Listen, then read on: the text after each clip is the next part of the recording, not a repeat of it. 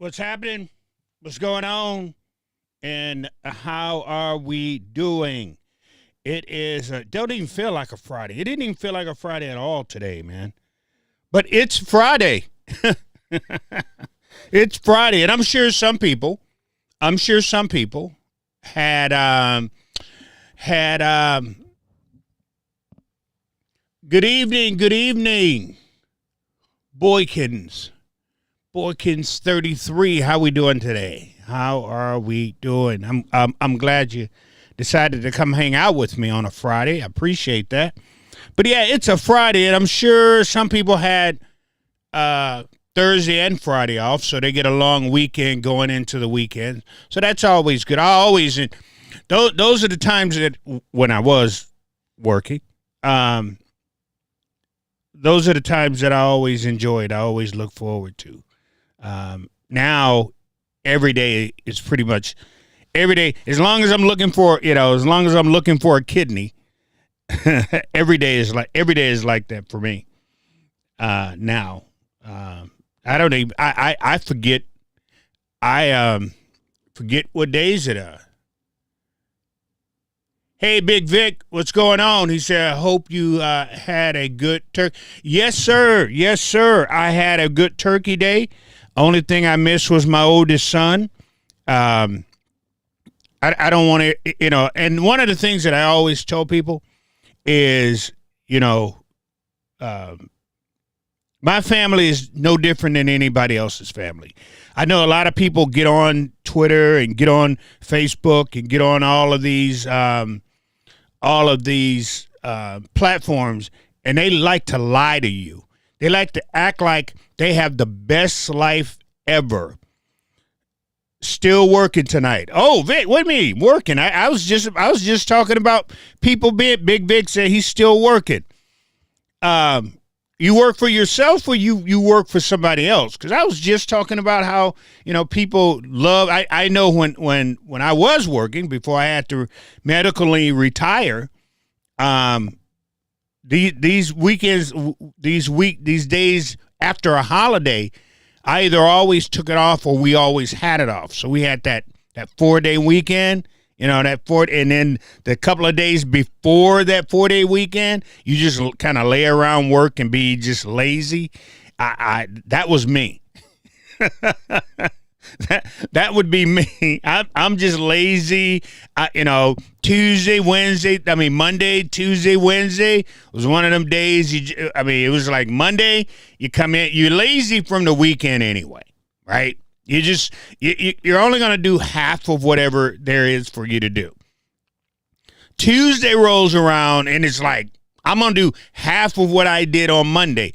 And by the time Wednesday roll around, there's no reason for you to go to work. That was just me. I'm not saying people like yourselves who, would go to work and bust butt from sun up to sundown. I'm just talking about me. I'll be honest with you. They knew me walking in there on a Wednesday knowing that I got Thursday and Friday off. They already knew what I was going to do. There was no doubt in it. I'd been there for 25, almost 24 years. So they knew. But I hope everybody had an awesome turkey day. One of the things that I did this year is I had the opportunity, which was awesome. Sometimes it's good to be known. It is. I'm just saying. If you've never had a special type of VIP treatment thing going, I'm going to tell you, sometimes you let it go to your head. So I was invited down to Shakopee, Minnesota. And if for people who are not from here, glad to see you, blessed to enjoy your turkey day. Hey, same with you. Thank you so much, especially when people say that. Because I don't have good days all the time. That's why y'all don't see me on here as much as I would like to be.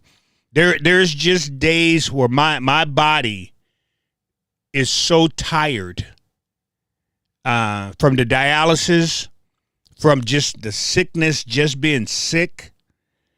and then it kicks into my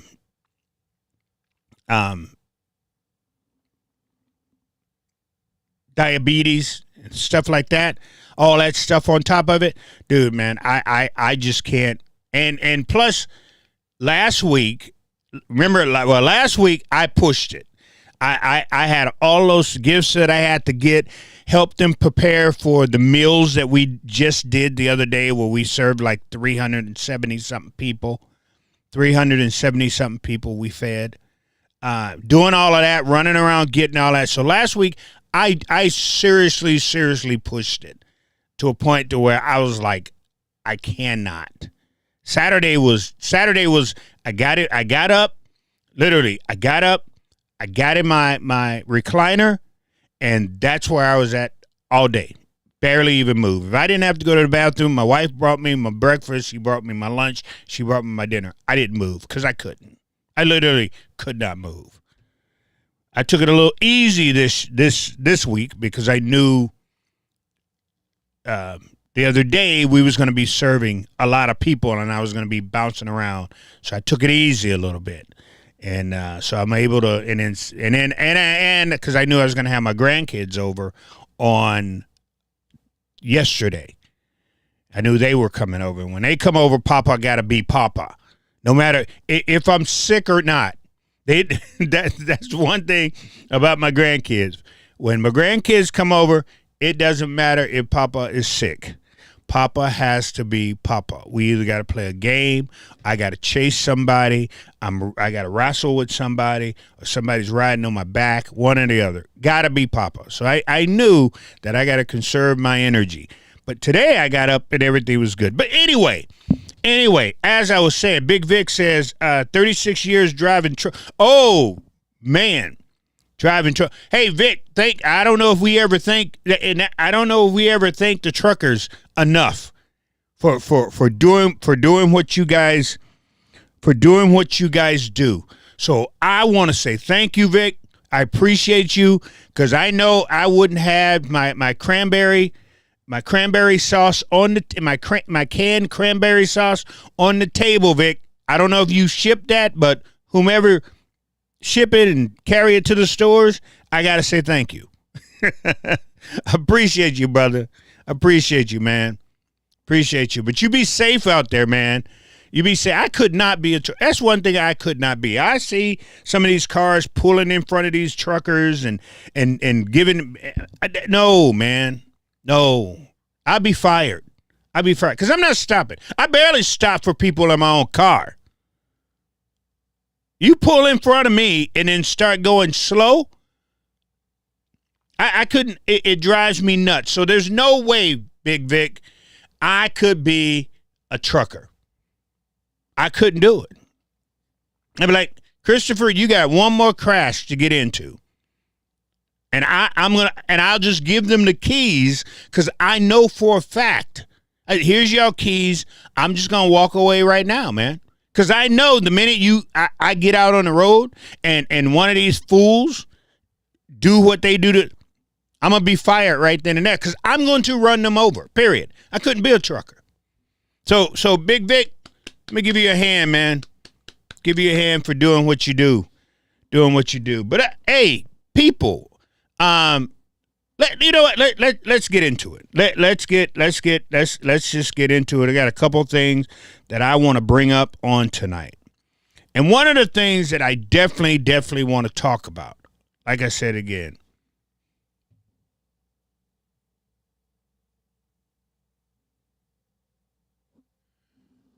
he said my wife's TJ Maxx. Or thank you very much. I appreciate that. She'll be happy. She'll be happy about that, because she does go to TJ Maxx.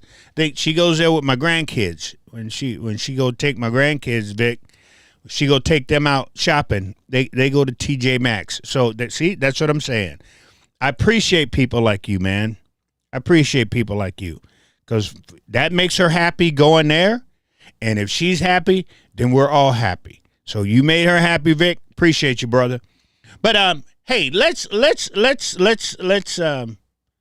have a chit chat about something. And one of the things that I like to be is straight up. I don't like to beat around the bush. I don't care what you call me. It doesn't matter. I've been called worse.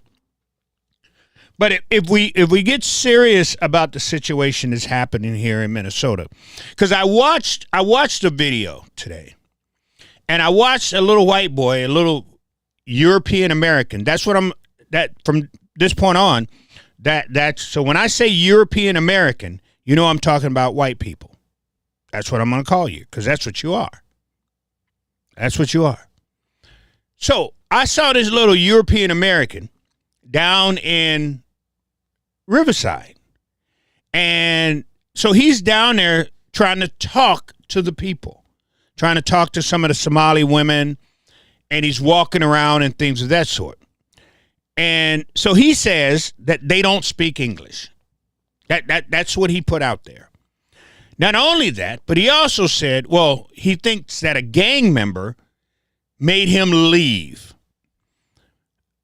And this is what cracks me up about people who don't understand Minneapolis, who has never been to Minneapolis, who have no reason ever to be in Minneapolis. But yet they do stupid things like this. All right? And then I got to come on, and then it seems like I'm taking up for Minneapolis. And I'm not. I'm just I've got to break it down to you, because y'all don't know, you don't understand, and you got boneheads like this dude who goes and does this type of stuff, and people go, "Oh, look at that. They're mean people. They don't like." No, that's not what it is. That's not what it is. That's not what it is. I can tell you exactly what it is. They don't trust white people. They don't trust white people. Period. Point blank. And they're not going to talk to a random white person that goes, a European American. They're not going to talk to you because they don't trust you. It's just not going to happen. So it's not that they don't speak. I've been down there. I've been down there on many occasions. I've had to go down there a couple of times because, people sitting there saying, "Oh, they play the call of prayer." And I go down there and I'm sitting there and I'm talking to people and they, "Hey, Rev, what are you doing?" I'm down here waiting for the call of prayer. They go, "When did we start doing that?" I said, "I heard it was on Twitter. People on Twitter swear up and down that you guys are playing the call of prayer at certain times during the day." And they go, "We don't play." No, I don't know where you got that from. Did they put in for it through the city? Yes, they did. But I've never heard it. I've never heard it.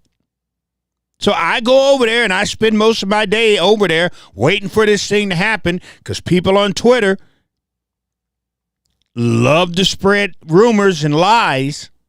It's not that I just, if you're gonna talk about something, know what you're talking about. If you're gonna say something, know what you're saying. Don't just throw stuff out there just because you want to be on Twitter and you just want to add to the conversation, which is a bunch of lies. I got a guy on here right now. He says, flyover voter. Flyover voter. I already put something out here that I'm gonna break down for him and show him that it's a lie. One of the things. So wait, let me finish this because I'm gonna be all over the place. At Umbrella Boss. At Umbrella. I'll show you. See if y'all can see this.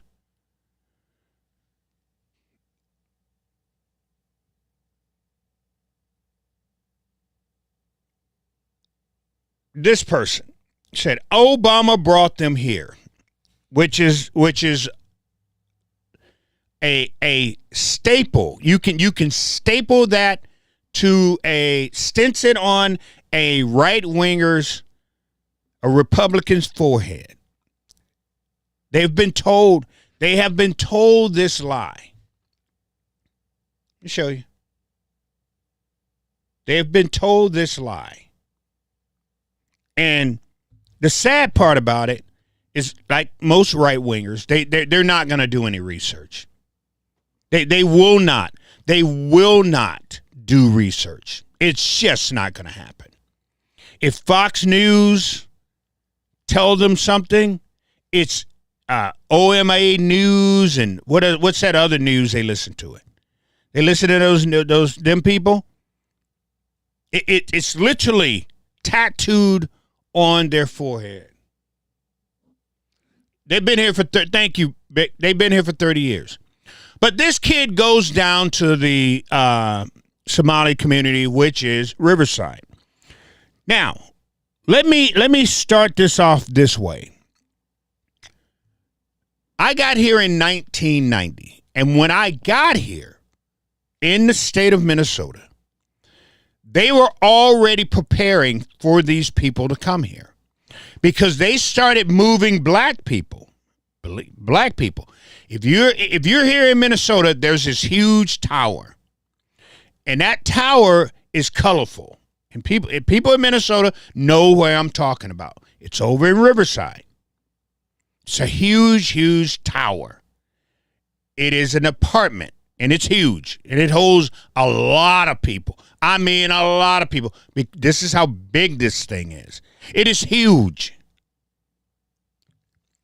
When they started moving black people out of the tower in 90, between the summer of 90 and the summer of 91, they started moving black people out of that tower. The summer of 91 to the summer of 92, they started basically clearing a lot of other white businesses out of Riverside. Before the Somalis got here, there were bars. Go look back. I mean, you can do this research on everything that I'm saying. There were bars all up and down Riverside. Bars. People go out and hang, have a good time, enjoy themselves. Because when you coming off Washington, right, if you've never been here, so you come off Washington, you come around this curve, and boom, you hit Riverside. Downtown. This is downtown. Coming from downtown, you hit Riverside. That whole stretch were like bars and nightclubs and places you can go and places, all of that over there. They started clearing this out. Who was governor? Republican Arnold Carlson. Now I know I had a back and forth with some people today. They trying to make Arnold Carlson be a progressive and a Democrat and all this here. They don't know what the hell they're talking about. Arnie Carlson was a Republican. He was in the House. When he was in the House, he was a Republican. When he was a state auditor, he was a Republican. I don't, back in 1968, he was a Democrat. Arnie Carlson was a Republican when they started moving black folks out of. This is another reason why the black community don't like Republicans. I'll show you. Because Arnie Carlson was the governor.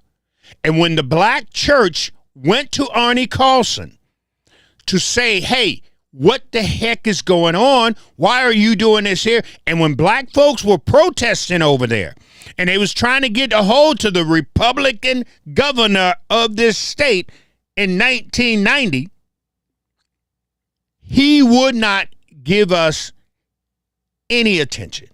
Arnie Carlson never said one word. Not a Republican said one word. Not a Republican in the House, not a Republican on the Senate, not a Republican in the school board, none of them. Republicans never said a word while they were preparing to bring these Somali people in. A lot of black people didn't know what was going on. So most of the that's why you got a larger black people in Fritley today. That's why all those black people are over in Fritley, over in Hilltop, because most of them came from the tower. That's why North Minneapolis got as big as it did with black folks. That's why Brooklyn Center got as big as it did with black folks, because they had to have a place to go. They moved all of these people in those areas. That happened right here in the 90s. By the time 91 rolls around, the tower, 92 roll around, the tower were completely empty. They started in 92 is when the bulk of the Somalis got here. They moved them right down there into that tower. Under a Republican governor. Then another group came in. Who was the governor? Jesse Ventura, who ran as an independent because he knew he couldn't win as a Republican. So he changed and ran as an independent. But black people still saw him as a Republican. Follow me here, people.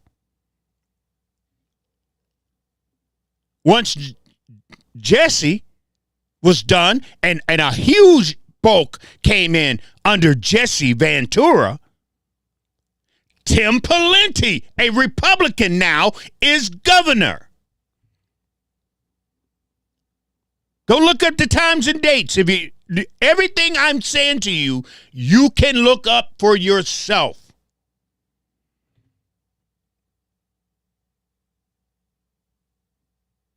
And a whole boat of them came in under Tim Pawlenty.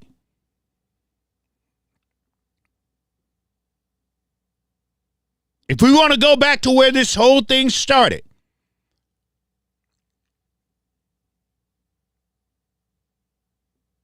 and every time a governor got there and these people were coming in and they was pushing black people out of Riverside, black folks was trying to get with these governors. And because they were Republicans, they would not talk to black folks.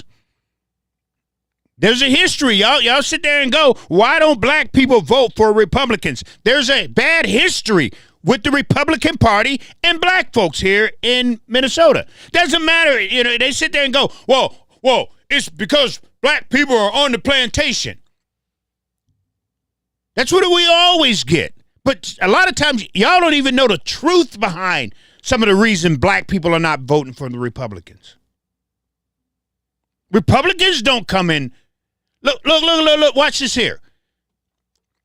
One of the problems in the black community is immigration, is these immigrants that's coming, because 99.9% of the time, where are they coming? They're coming to the black community. Black people are going, no, oh no. If the Republican Party here cared about black people and cared about these immigrants that's coming in here, you would think, hey, a light would go off on the Republicans, right? Ding. Let's go in and talk to black people about all of these immigrants that these Democrats and these white liberals are putting in their community.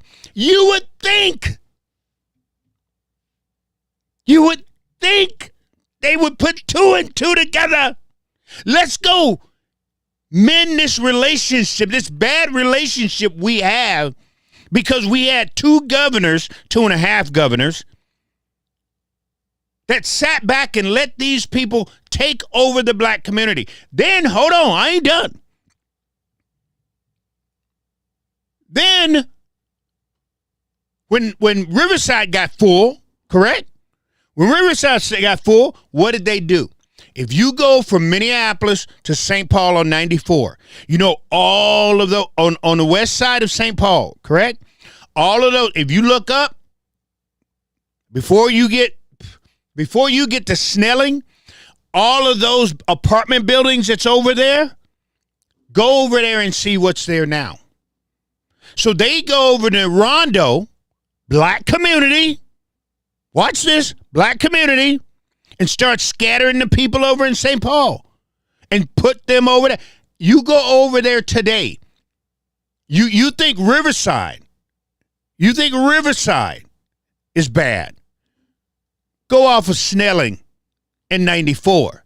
See, they don't talk about, it's funny, they don't talk about that side. They don't talk about that area over there at all. But you go over there, it's just as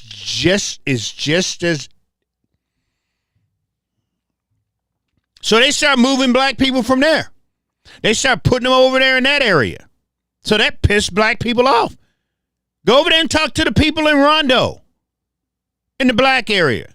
Look up Rondo. First, they build a freeway through Rondo, through the black community. Yeah, they did. That's 94.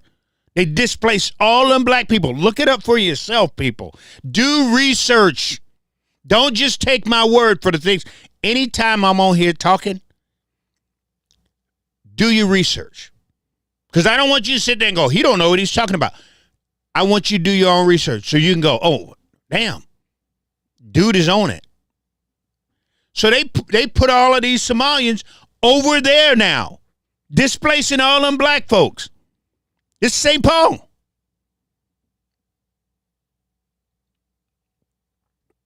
So instead of the Republicans here going, let's get in the black community, let's talk to them about their angst and them being upset and pissed that all we can mend fences now.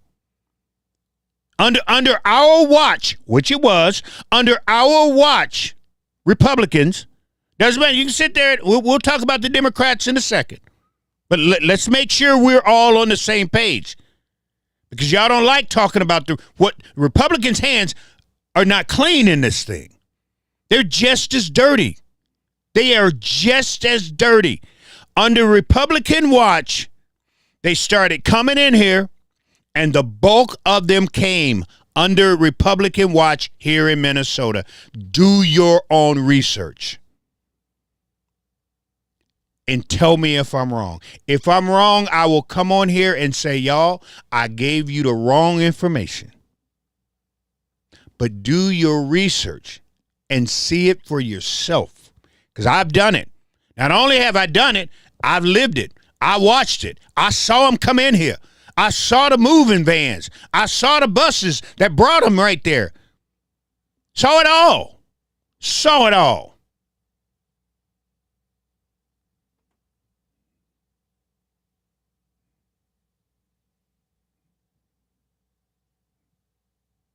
But as long as it was as long as it was not bothering the European Americans,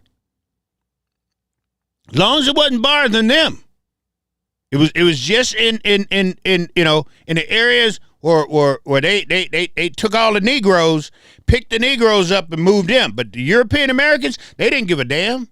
They could care less. Nobody in St. Louis Park said anything. Nobody in Golden Valley said anything. Nobody in Coon Rapids said anything. Nobody in Hopkins said anything. Nobody in Plymouth, Maple Grove, none of them. Woodbury, Lakeville, Burnsville, Richfield, Bloomington, none of y'all said nothing. Lake Elmo said not a word. Black folks was fighting this thing on their own. And all of a sudden now, when the second and third and fourth generation of Somalis start saying, we got to start doing something. We got to start making moves. We got to start doing, we got to start going. We could vote. We were born here. Now we can vote. And all of a sudden they took over St. Louis Park. In St. Louis Park, there is a Somali mayor born in the United States of America. So you know what that means. Oh, I'm going to get to the Lutherans in a second. Hold on. Born in the United States of America. So you know what that means. That means they can run for governor.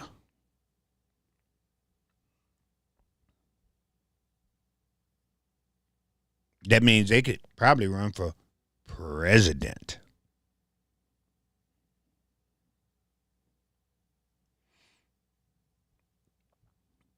There is a West African over in Golden Valley. I've said this before, and I told y'all to watch it. Bloomington. I told you to look for Bloomington. They're trying to build one of the biggest mosques in the state of Minnesota, in Lakeville. One of the biggest mosques that you ever thought about seeing. They're trying to put it out in Lakeville. They got land in Llano Lakes. And say, well, Rev, why is that important? Because Lakeville, at one time, was 100% European American. 100%. Llano Lakes, another one. Rich white people in Llano Lakes, correct? And now they got land in Llano Lakes. Now they got land in Lakeville. When one of the things that the black community was upset with is when Amazon came to town, and we had been begging to get that building as close to Minneapolis as we possibly can, so we can give some of these single mothers an opportunity to be able to get on the bus, go to work, and get paid a decent amount of money. What did they do? They put this place all the way out in Shakopee, all the way, I'm talking 35, 40 minutes away from Minneapolis. And then what did they do? They shipped all those Somalis down there. And then they took a lot of them who worked at Valley Fair, and they started working. Did they not do that? Look it up for yourself. Look it up for yourself. So all of these Somalians had jobs. Somalians had jobs. Right? That's what happened. That's what happened. Half the workforce out there. Remember when they went on that big strike? They shut that place down? They shut that place down when they went on that big strike? They didn't even have enough workers when the Somalians went on strike. There was so many Somalians working there. But they shipped all of them Somalians out there to Shakopee. So now Shakopee has a boatload, and Burnsville have a boatload of Somalians out in that area. Y'all think these Democrats, see, this is why I keep telling y'all. The Democrats are playing chess here. And the Republicans show up with their box of rocks wanting to get on the same board with the Democrats. And they just can't do it because the Democrats are so far, listen to me, they are so far ahead of the Republicans here. It's not even fair. It's laughable. Because by the time the Democrats can even muster up energy to try to do anything about what the Democrats are doing, they're so late, it's already done and over with. So the Lutherans and the Catholic Church, don't leave them out either. Look it up for yourself. So the Lutherans, the Catholic Church, and the white liberals decided, hey, we could get votes out of these people, a lot of votes. So they told a black man, Bobby Champion, to stand down because we need a woman. This is CD5, right? Hold on, watch this. So we need a woman. We need a person of color. And we need an immigrant to represent CD5. And a lot of you know who I'm talking about. Ilhan. You wonder how she got in the office. Everybody's talking about, how does she get in the office? Because that's what the Democrats wanted for CD5. An immigrant, a woman, and a person of color. And they told a black man to stand down while we run her in this position. That Bobby Champion should be in Washington, D.C. right now. A black man. Yep, Phyllis. Vic said Phyllis old district. Yep. That's how she got that seat.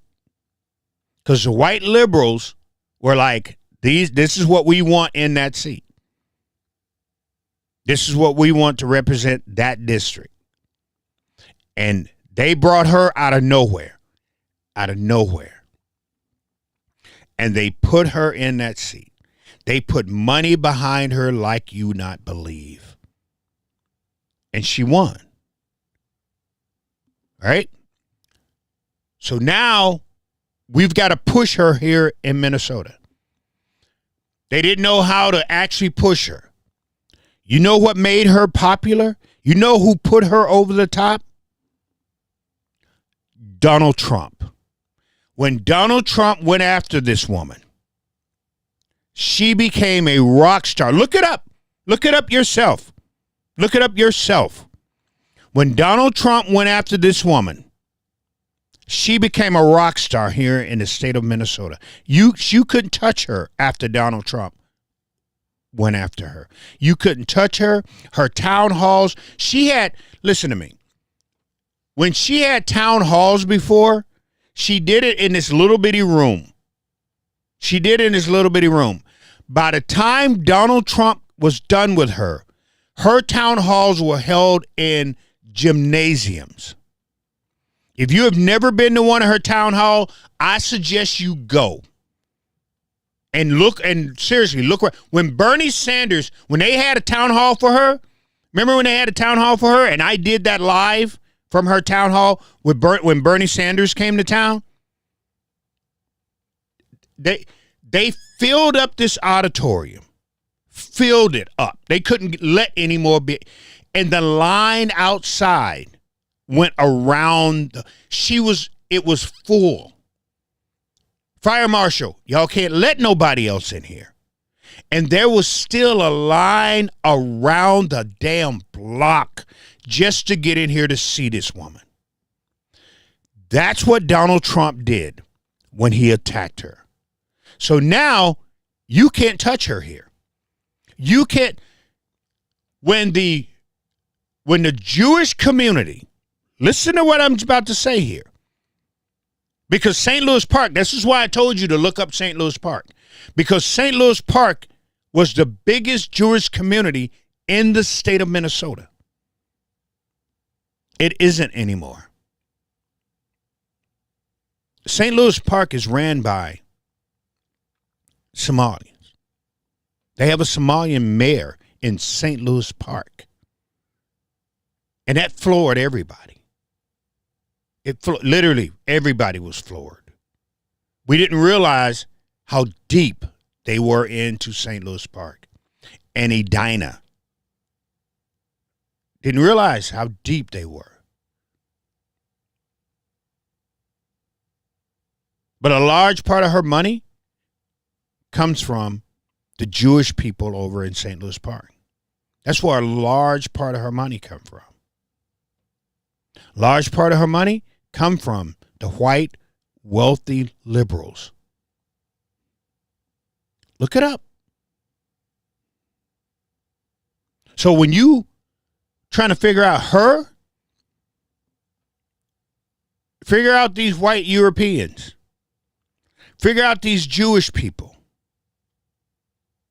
that are backing her. Ain't black people. Go look it up yourself. So she comes and she gets huge. She blows up. And the next thing you know, we got all of these Somalians running for Senate, running for the House of Representatives. They're in the school board. They're in the park boards. They're everywhere. Everywhere. And it's the white liberals who are doing this.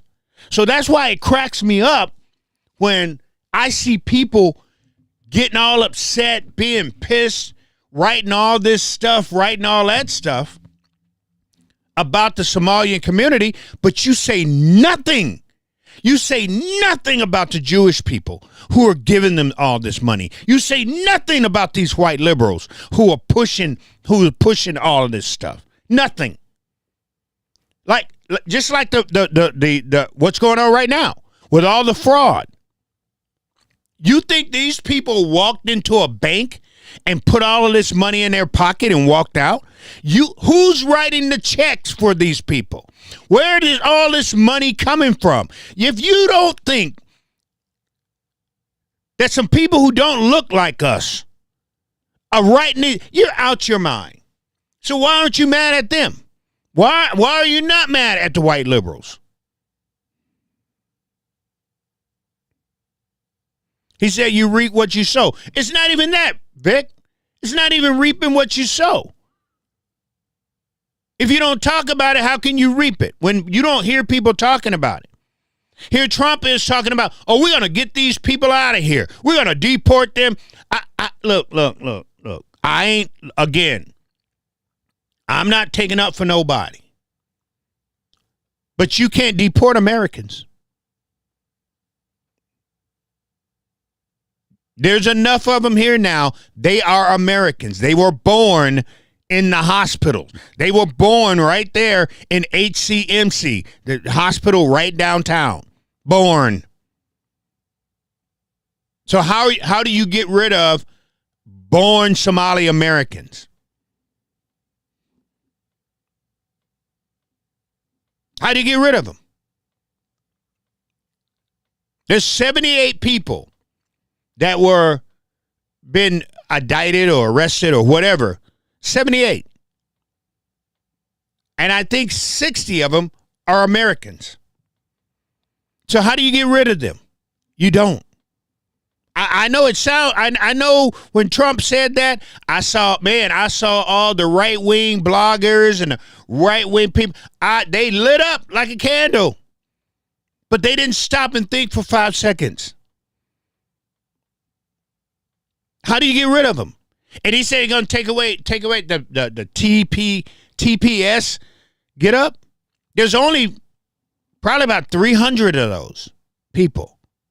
So you're going to send 300 back? And those 300 didn't have nothing to do with the fraud.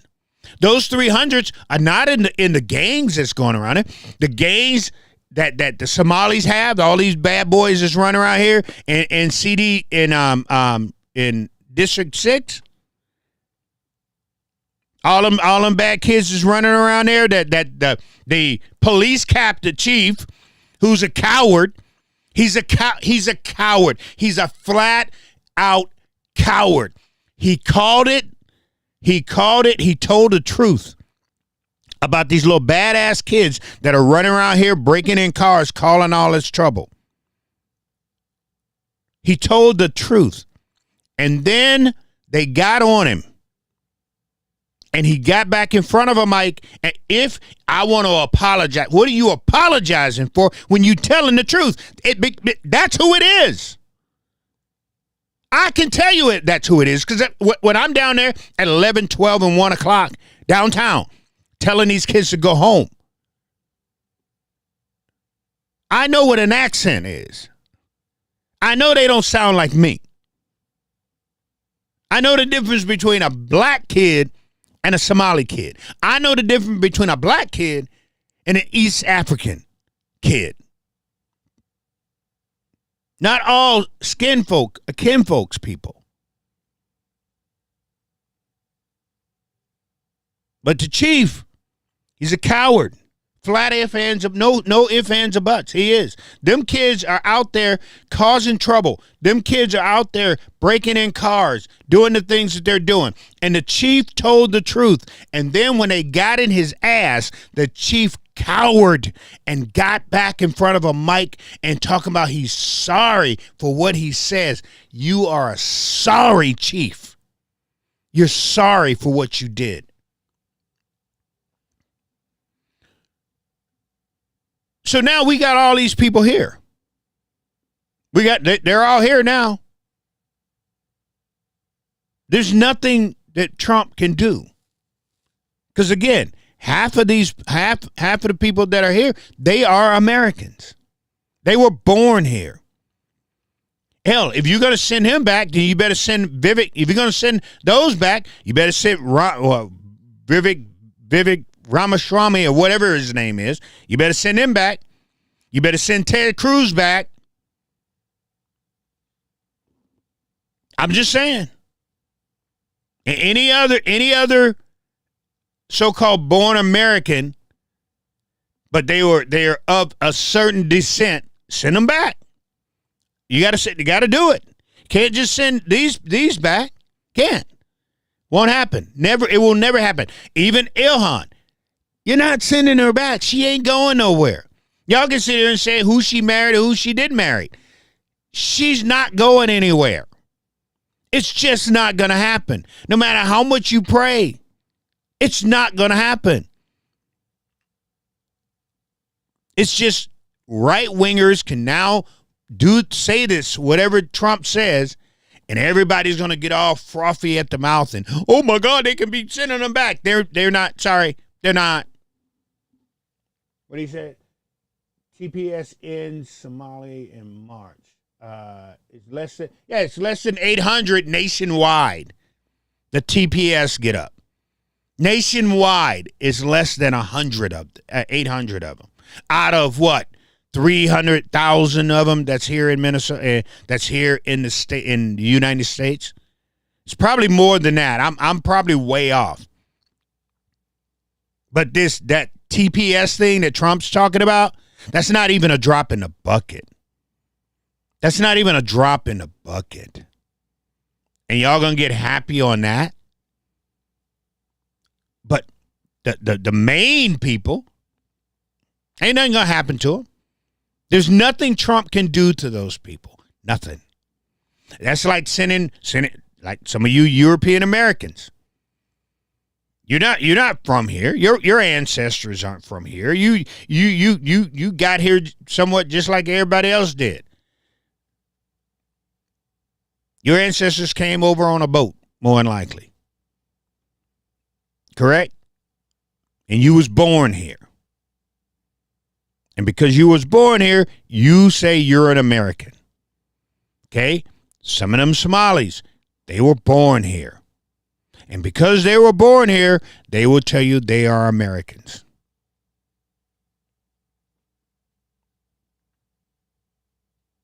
So, Trump can't send you back to Europe. He ain't sending them back to Somalia. So y'all need to just stop it.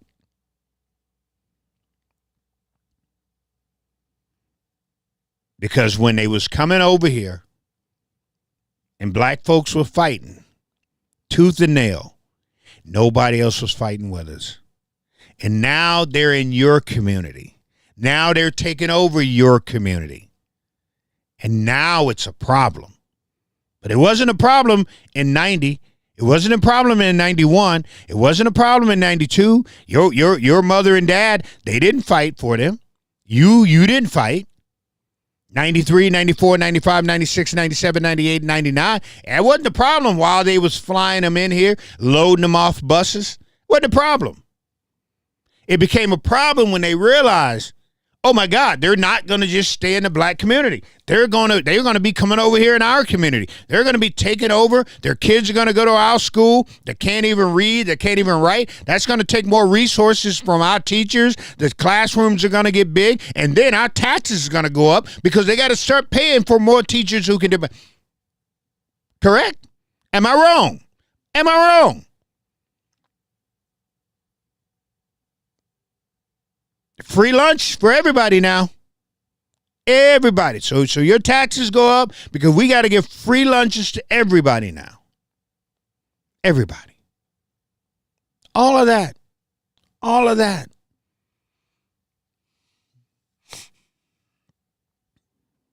They come over here and want to take over. Look at Uber.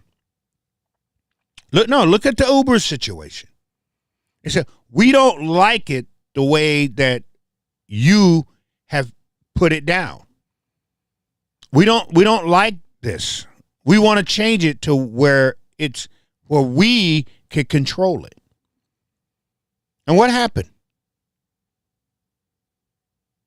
When I first got here, the only time you saw a Somali was in a taxi at the SA. Remember that? You know the SA that's right there by the airport? If you ever go to the airport, there's an SA. It's right up the street on the airport. You go over there, there was cars lined up for as far as the eyes can see. In 92, all Somalians. They took over the taxis. Correct? They took over the taxis. And then when Uber and Lyft came, they took over Uber and Lyft. Took it over. To where they almost running it themselves.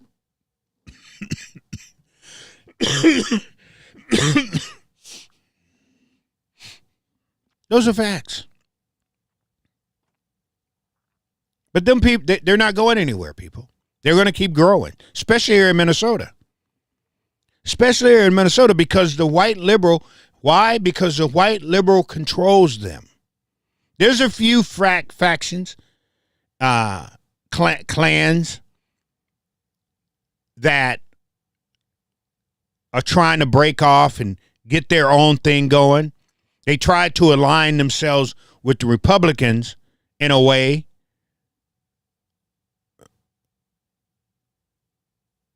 But I don't think they're gonna. I don't think that's gonna work out because they are too strong-minded of a people to just try to go and assimilate. What I think is going to happen. What I think is going to happen is that group that was kicked out. Let's make sure we understand something. Also, that group that was kicked out of the Democratic Party when they had the fight at the convention. It happened. Look it up. That group is too strong of a group to deal with the Republican Party. And the Republican Party is going to understand that. There's a reason why they were kicked out of the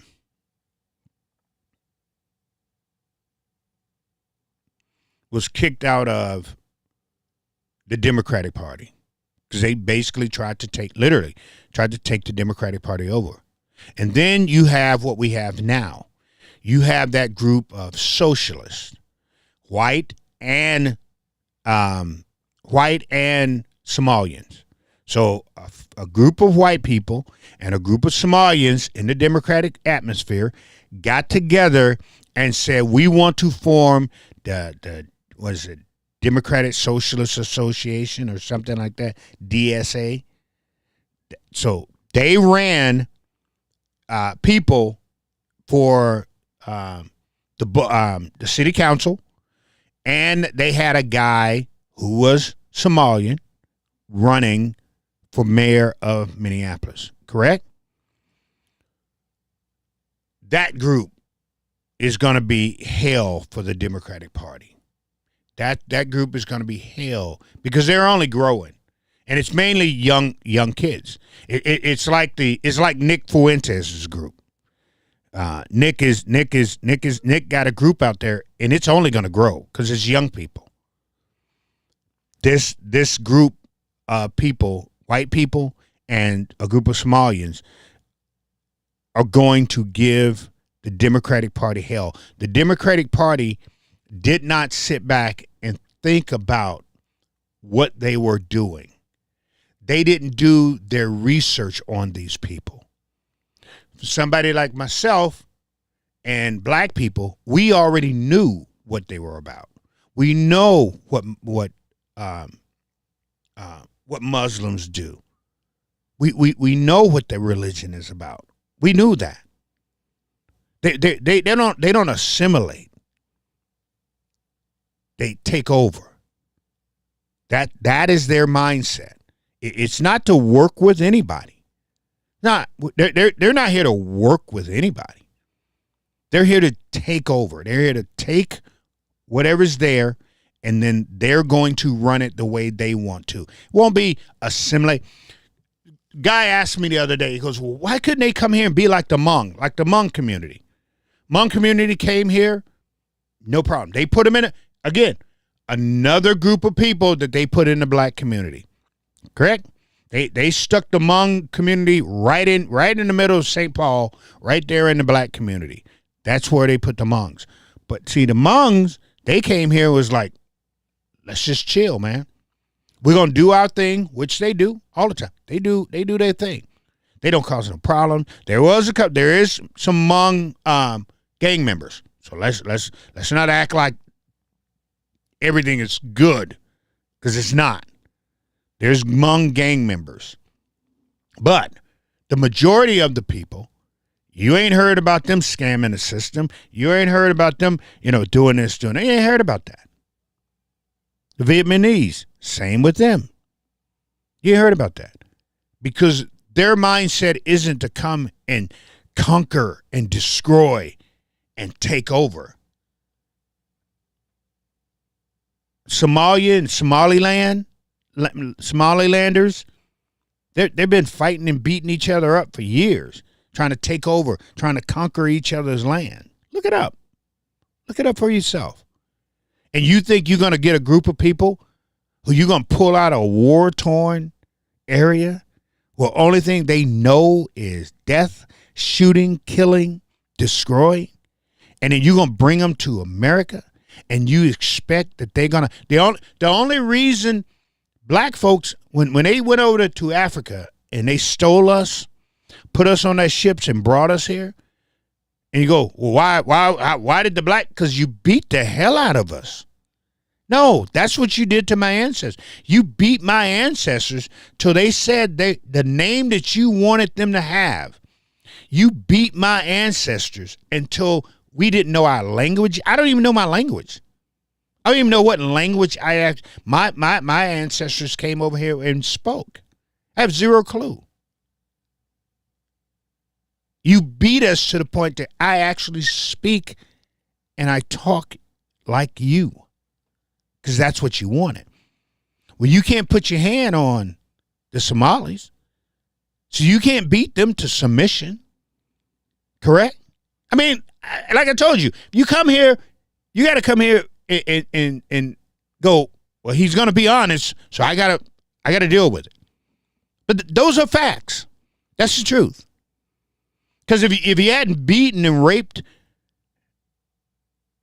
and murdered our people, I could be here speaking 2 languages. I could. I don't speak 2 languages because it was beat out of us. Period. We weren't allowed to speak our language. Correct? But you can't do that to the Somalis. So you bring them over here from where they've been through, what they've been through, all they've been through, and then you expect them to go, we're going to assimilate. We're going to assimilate to what they want in America. It's not going to happen. They're going to build their mosques. They're going to pray when they want to pray. They're going to eat what they want to eat. They're going to talk the way they want to talk. They're going to walk wherever they want to walk. And it's just like I said, that little white boy that was down there. So he goes down there to talk to the Somali community, and they won't talk to him because they don't trust you.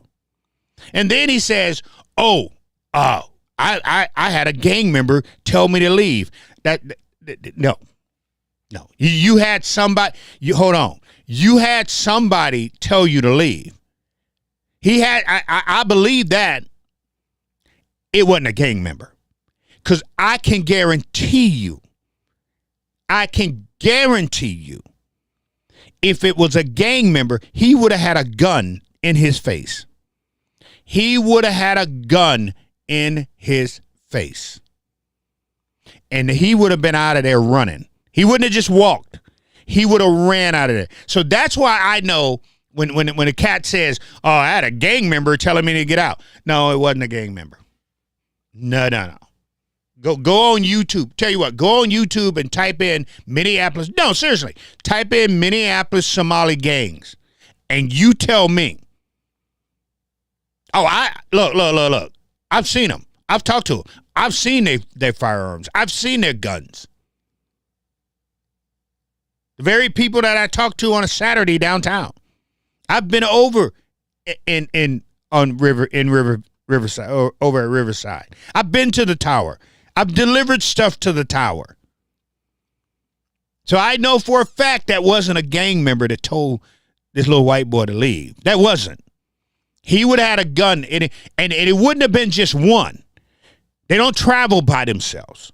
They travel in their clans. They ain't by themselves.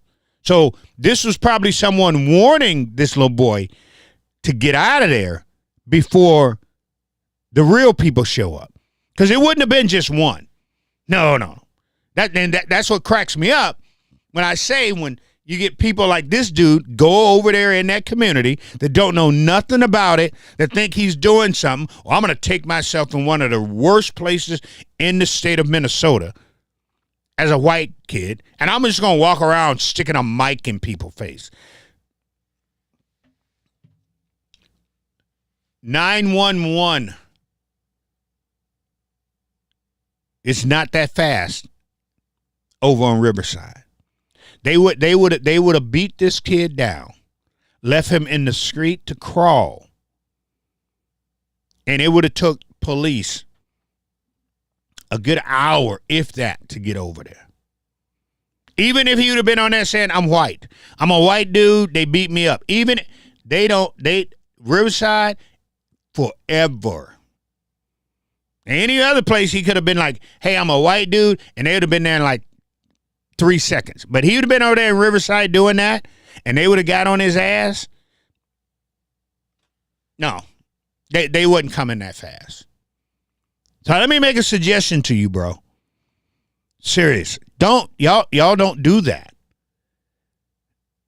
Don't do that, because I can tell you right now, if you go over there acting up enough, it's not going to turn out that one person is going to walk up to you and tell you to get out of the community. And that's your fault. That'll be totally your fault. You're over there causing trouble. Nobody knows you. You didn't go in the community to get to know anybody, to go over there and put microphones in front of you. You did that to yourself. You did that to yourself.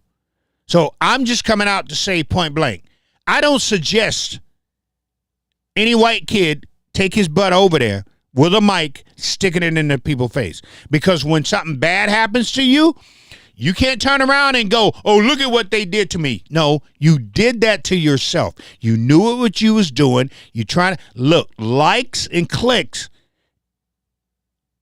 is not worth your life. Likes and clicks are not worth your life. So don't go over there messing with them people. Don't go over there messing with them people. Talk about people with PTSD and all this here type of stuff. You go over there, and the next thing you know, it's gonna be in Alpha News, because you know Alpha News would be the first one. Alpha News would be the first one to run a full page. Liz Collins, she'll love something like that. Liz Collins would love. Little white boy get beat up over in Little Mogadishu. Liz Collins, that would be Liz Collins' dream. That would be Alpha News' dream. Shelley from Crime Watch, she would find a way to take the encryption off of the radio. Some little white boy go over there with a microphone and end up hurt, dead. That would put Minnesota on the map big time now.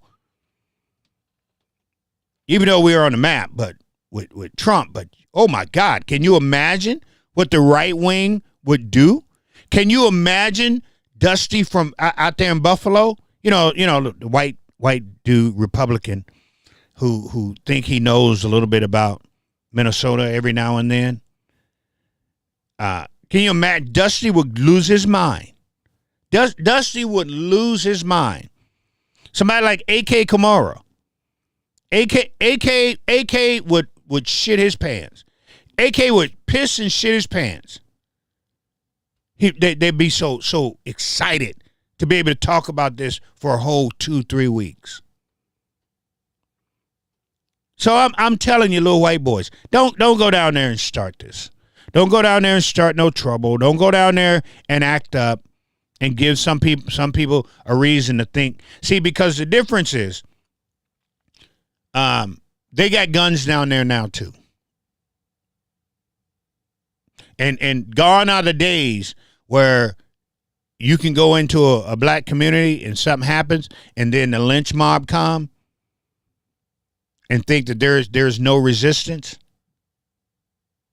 I wouldn't do it. It's not. It's just not worth it. So my suggestion is stay out of there, bro. Don't go back down there messing with them people. Don't do it. But hey, look, like I said before you put something out there, do your research. Because just like this dude here said, Obama did it. Obama didn't do it. That's just a damn lie.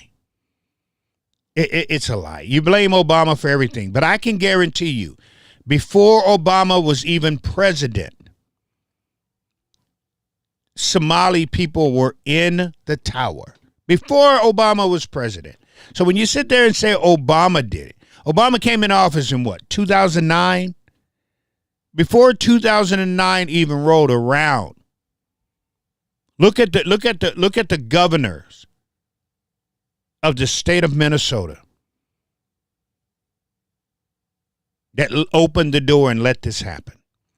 Like I said, the Christian church and the libertarians and white liberals, get mad at them. Let me see you get mad at them. Get upset at that group of people who sponsored them, brought them here, made sure that they took them down to the welfare office. They got their food stamps. They got money at the end of the month. They got this. They got that. They basically barely had to even work because they was getting so much per family because they came here with all them kids.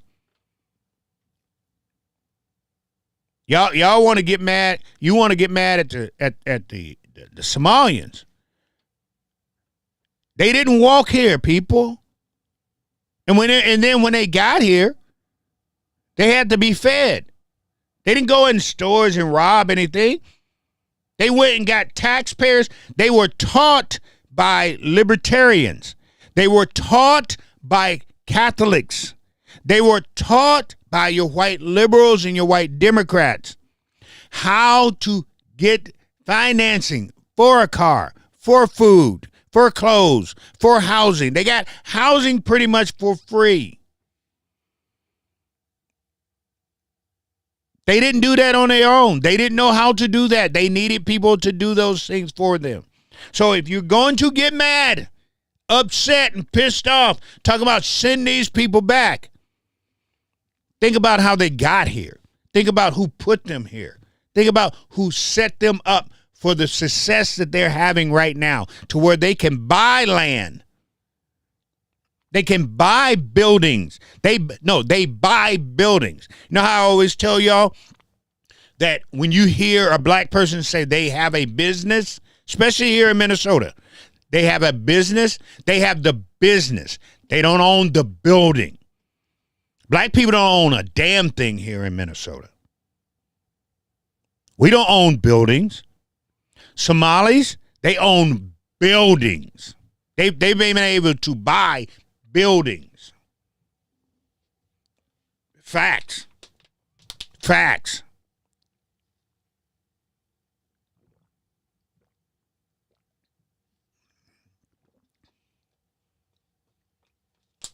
Facts. Like I said, they don't just come in and go, I want to rent your space. That's not their mindset. I want to buy your whole building. And then we're going to take this building and we're going to turn it into a daycare. We're going to turn it into a car wash. We're going to turn it into some of everything will come out. A car detail area, car detail center. It's like it's like the Imam was saying. They want to make it to where if they don't want to leave Riverside, they never have to leave Riverside. Everything they want, from their doctors to their dentists to their eye people to how their hair to shoes, everything. It's going to be right there. They have everything they need. They don't have to leave their community. They don't want to because it's all right there. They own. They have bought. Like I told you, you can take the ride down there. Okay, I'm not saying not to go. But I'm saying don't stop and don't get your butt out of the car. But I want you to go from Washington to the light. So you come around the corner, right? If you come in from Washington, right? You come around the corner, there's a stoplight. As soon as you come around that corner, there's a stoplight right there. From that stoplight, all the way down Cedar, they bought the buildings. Hey, Big Vic, I appreciate you hanging out, brother. You have a good night, man. And again, Vic, stay safe out there, man. We pray that you know, them fools don't run in front of you, man, and I end up seeing you on the news or something, man. I don't want to see that. And thank you very much for what you do for each and every one of us. We appreciate that, man. But you have a good night. But they bought that whole street. They just finished buying this one bar that had been there forever. Look it up. Look it up. They bought this. They finally got this one bar and they're about to turn that into a big daycare center. So they own. These people came here in 1991, 92, 93, 94, 95. They own every building on Cedar Ave, going down from that light all the way to the bridge on Cedar Avenue. They own it. Own it. Black folks have been here since the 60s. We don't own shit. You know why? Because we can't come together. No, we can't. We can't. I know we sit there and we swear up and down it's the white man's fault and the white man did this here and supremacy this and supremacy that. It's a damn lie. Because we can't come together to do nothing. Nothing. Listen to me. Nothing. But if a white cop shoot a black person, oh, we coming together now. We coming together now. But any other time, we ain't doing a damn thing together. Nothing. It's just like this here. Here in Minnesota, you got white people own the airwaves. You don't have a prominent black person on the airwaves. You got that ill-minded wannabe Nick Fuentes, John Justice. John Justice wants to be Nick Fuentes so bad, but he know he can't act up like that.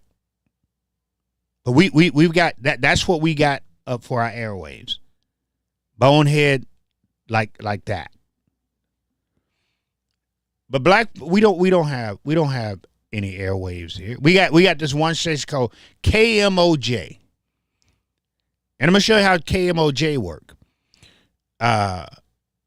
They nitpick the black. Now, if you ain't Black Power and you ain't Black Democrat, you ain't for Black Democrats, and you don't kiss the Democratic Party's ass, you're not getting on KMOJ. It's not happening. Like me, they'll never have me on KMOJ. Even though I look at everything I do, I just finished feeding about 300 people. I'm getting gifts for people in the community. I fed our community right there at my church. But you will never hear my voice on a black radio station because I'm not down with the Democratic Party like that. No, that's a fact. I'm not with the Democratic Party like that. So all the hosts and the guest hosts and the talk radio and everything they have on KMOJ, and I carry a firearm. So you will not hear me on the only black radio station here in this state of Minnesota. You just won't. Because I don't subscribe to the bullshit that they put out. I don't. I'll get on there and start talking about men in women prisons. They don't want to hear that. I'll get on there and I'll talk about these guns that are getting in these young black kids' hands and they're shooting and killing each other. And we ain't doing nothing. We ain't got no gun safety going on. We don't have nothing. I'll get on there and talk about these white women that came into the black community and made all that money off of this broken window syndrome crap, planting flowers. And the reason they don't want me talking about it is because white women taught some of these black nonprofits how to write these grants to get all of this money, calling themselves, anti-gun violence, fighting gun violence. They don't want me talking about that. So, no, I don't get to be on black radio. That's what we do.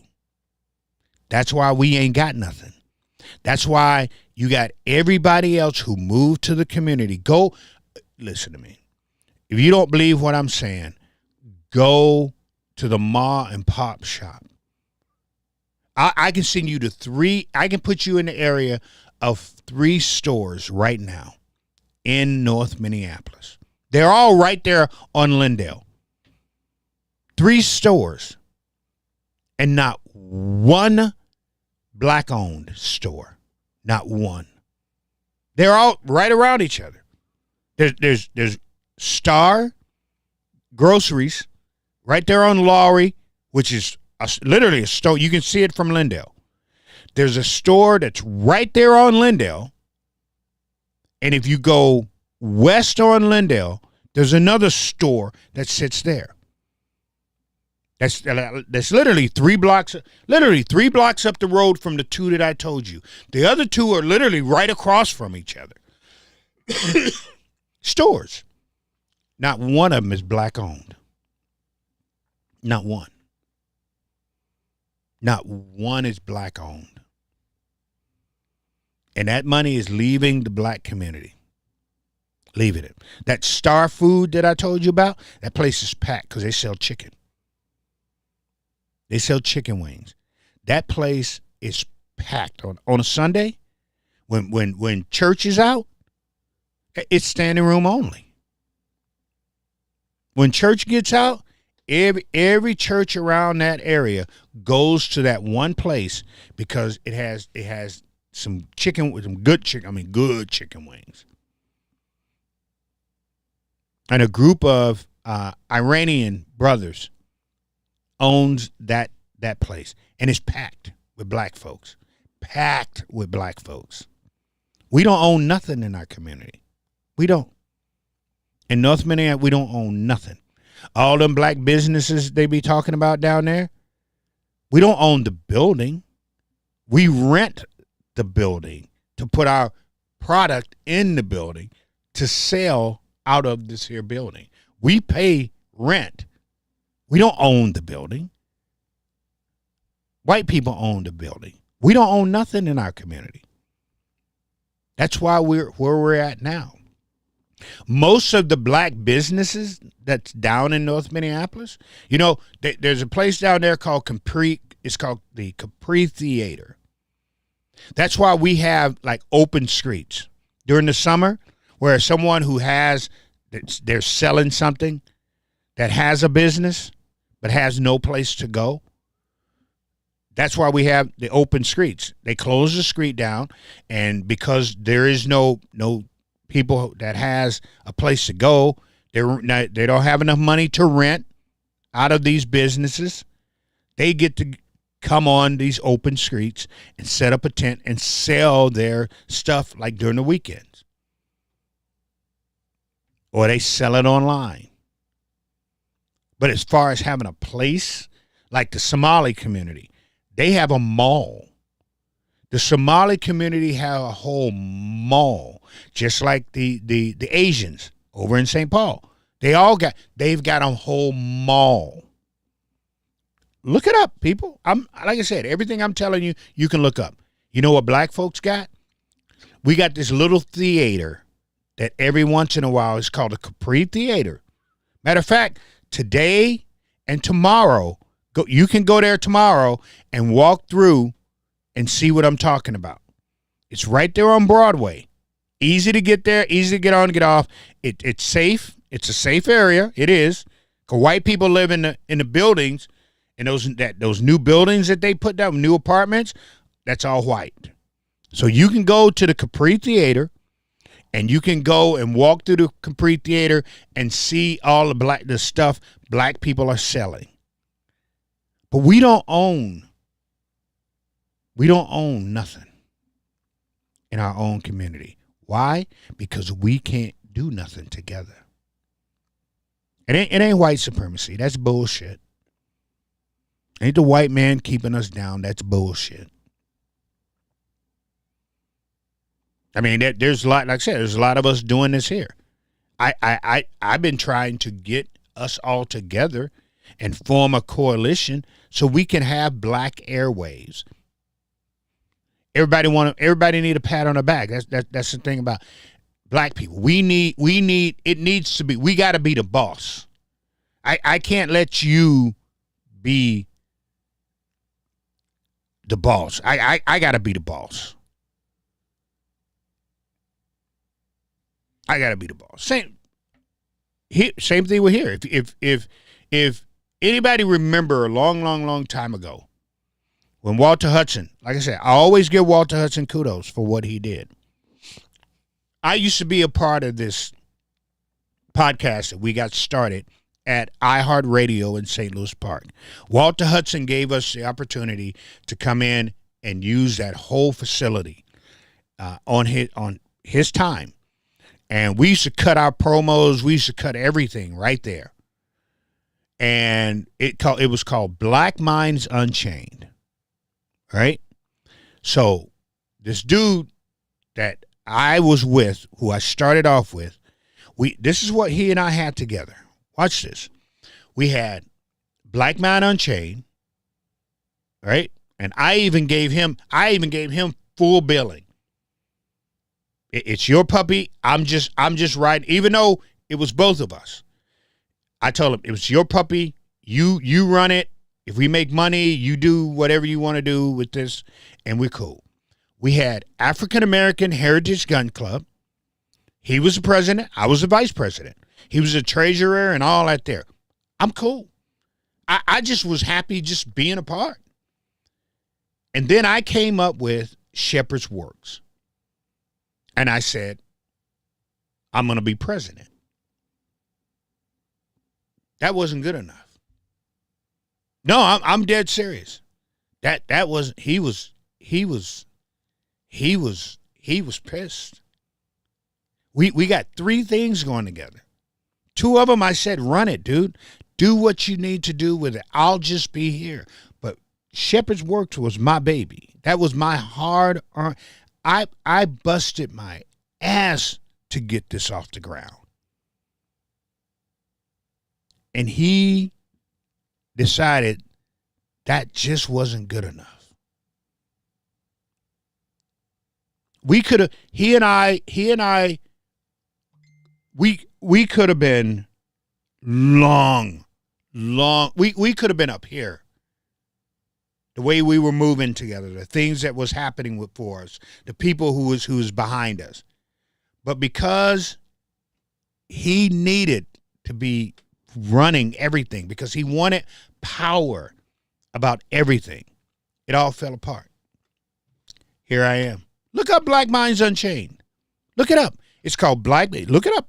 We've got a couple episodes on YouTube. It's called Black Minds Unchained. Walter Hudson helped us come up with that name because we was trying to figure out what to call ourselves. We sat in that studio one night. It was me, him, and Walter Hudson. And we sat in the studio trying to come up with a name for our show. And that's the name we came up with, Black Minds Unchained. I wish I had my cup down here. Matter of fact, here's the promo. Hold on. I even still got, what? Watch this. Watch this. Watch this. Black Minds Unchained starts in 5, 4, 3, 2, 1. That is the beginning of Black Minds Unchained. What you hear me play at night when I come on, what you are hearing is when we sign off. We had this. Hold on. Black Minds Unchained starts in 5, 4, 3, 2, 1. That was our sign on. The kids, the voice that you hear from this here is a good friend of my son's. He did that for us. He cut the music for it because he's a producer. He did the music for us, and that's his voice saying Black Minds Unchained will start in that countdown. That kid is a good friend of my son's. And I called him up and I said, I need the intro and the ending for a podcast. And that's what he did for us. So when you hear this,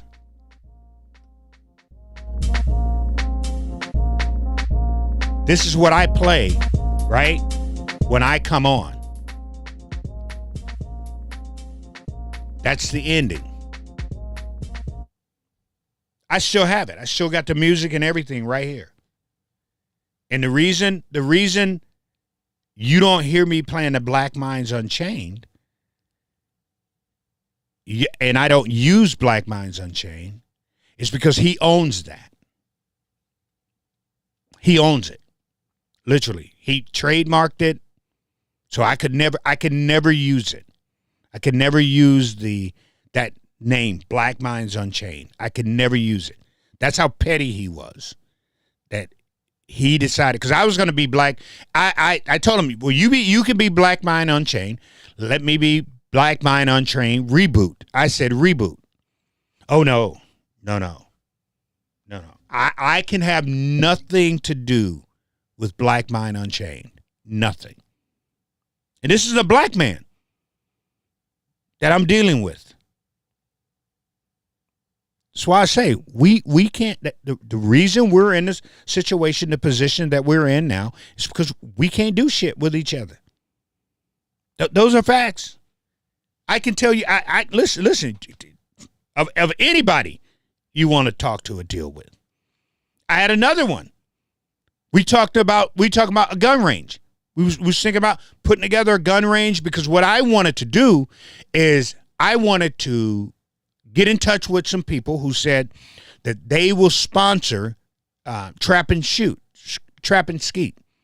And I wanted to get the seniors, start with the juniors at North High School. And what we were going to do is put together, just like they got it at Anoka, Elk River, right? St. Francis. All those schools have trap and skeet clubs for these kids. One of the number one trap people is a girl out of Elk River. She is phenomenal. And I love trap. I shoot trap every chance I get. So that's what I wanted to do in North High School.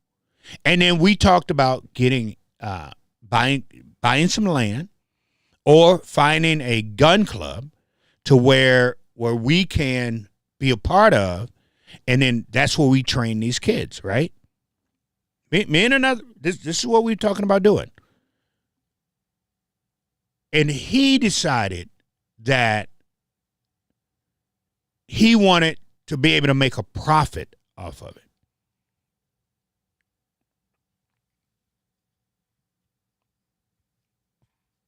I wasn't looking to make a profit. I was looking to break even so we can have money to buy guns, to buy ammo, to buy, the jackets, to be able to maybe get a van so when we go take these kids to these competitions and things of that sort, we go out to Buffalo, or we go out to Woodbury, or Blaine and stuff like that. That was my thinking. His thinking was, how do we make a profit off of this?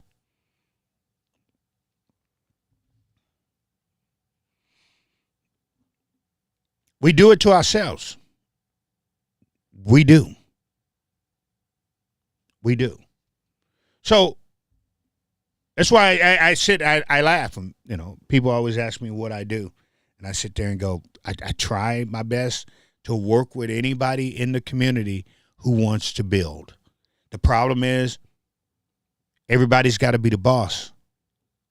Everybody, we would rather not see the community grow if we can't be the boss. If I can't be the boss, the community don't grow.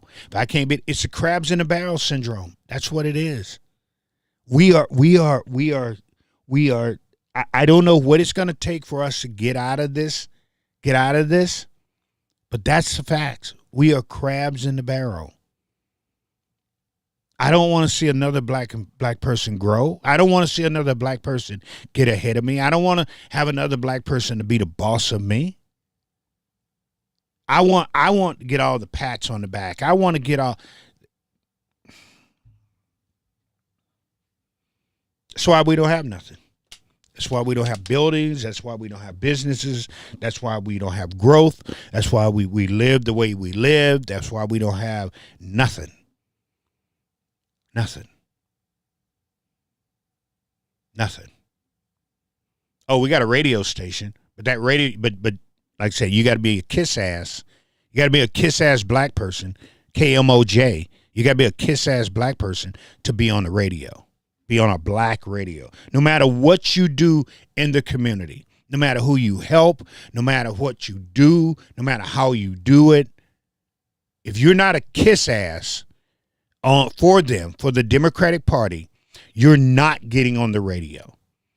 If they don't like what you say, even though what you say is true, even though what you say is right, if they don't like what you say, you're not getting on black radio. It's just not happened. There's a black lady who is a reporter, like a Liz Collins.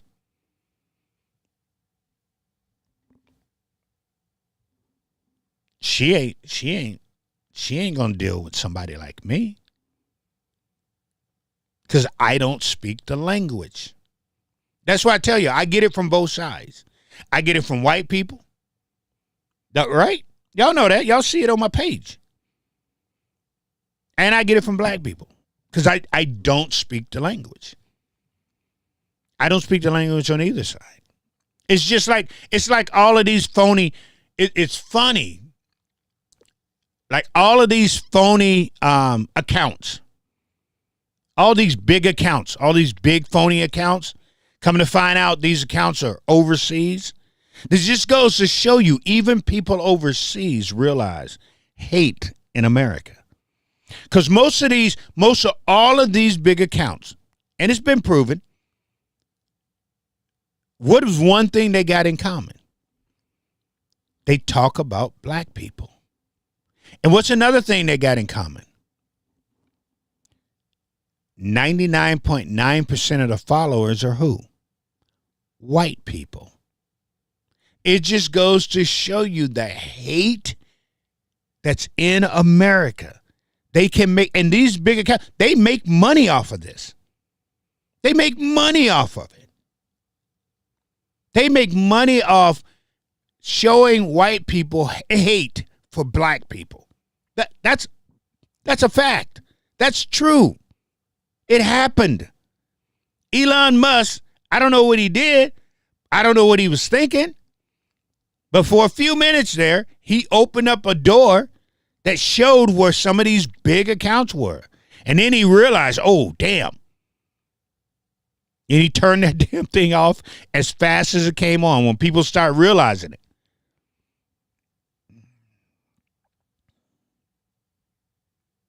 I got one.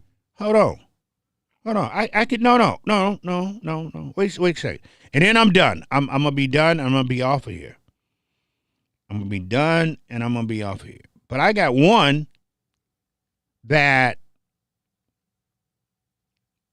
I sent this to somebody today.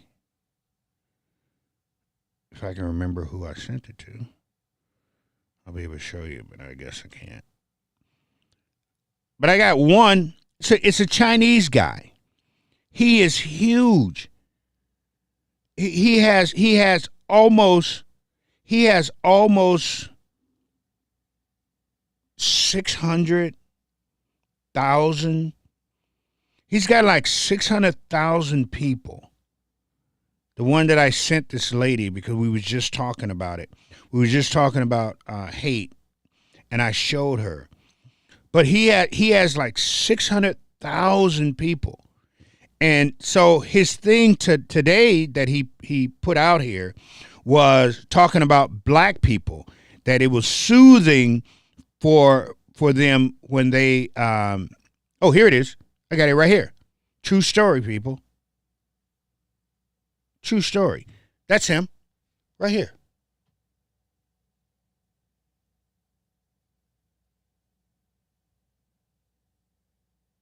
Right here. Go look at he has a big following. And you know what he does? He talks about he hate black people. He said, imagine being a black person complaining about their ancestors having to pick cotton. Then he said, it looks like the most relaxing activity on the entire planet, and these niggas are still crying about reparation and social justice. Nigga, please. That's what he said.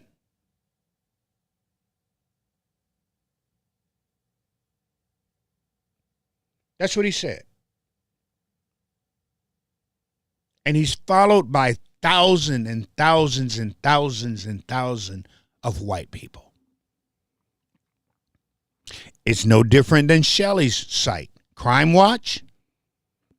Go to Crime Watch. No, listen. Go to Crime Watch when Shelley puts out something about a white person.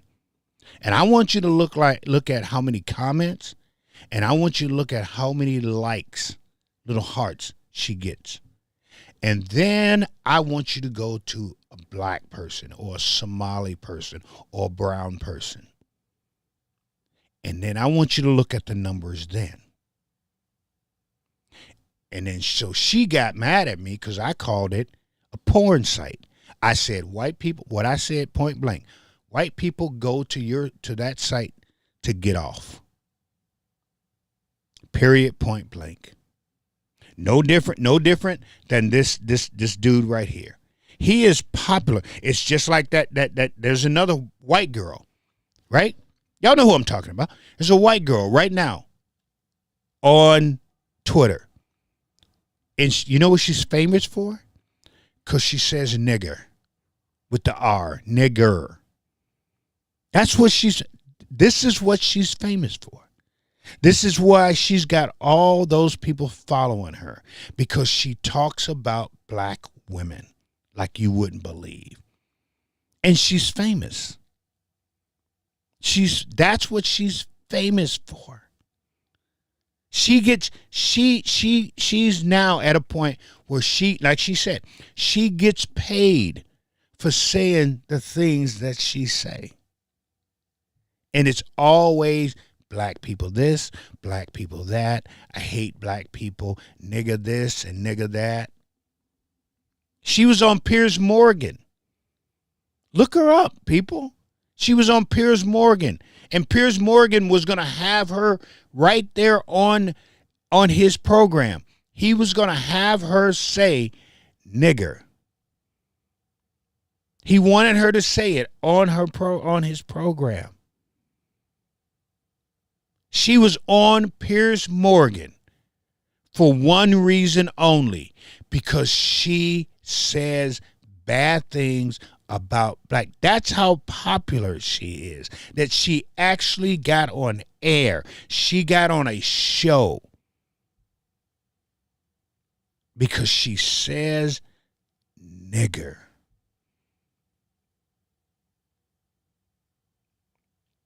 And some of y'all Some of y'all. That's why I say when I ain't got nothing to do, like if I go to the dialysis center and I'm just sitting there because I got 3 hours to kill. I'll look and see who you follow. I'll look to see how many people like that you follow. And some of y'all follow these people. Some of y'all follow a big account that talks about black people. Yes, you do. Yes, you do. I'll stop putting you out there. So don't try to sit here and fool me. I got 3 hours while I'm sitting there on dialysis. I got 3 hours.